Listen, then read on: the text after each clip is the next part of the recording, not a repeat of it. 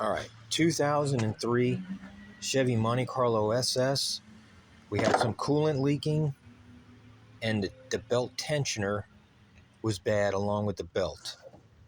Which the belt tensioner's here, so you got to pull the alternator off. I removed the coolant tank and the sway bar brace, and obviously disconnected the battery to get to this.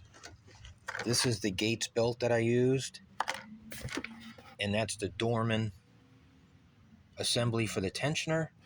They were roughly $175. The only issue was coolant also runs through this, and you had two OEM steel pieces that were in there.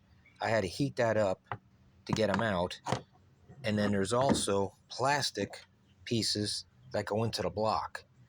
They were not in the kit, so I had to reuse the plastic pieces, and then I had to use, luckily I had a set of O-ring kits from Harbor Freight, which worked, and got everything back together.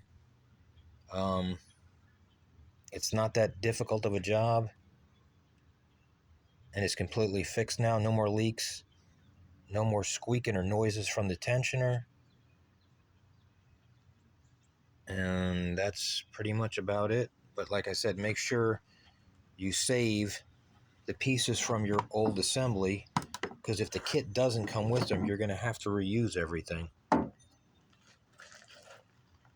Hopefully that makes it a little bit easier for somebody before they get started.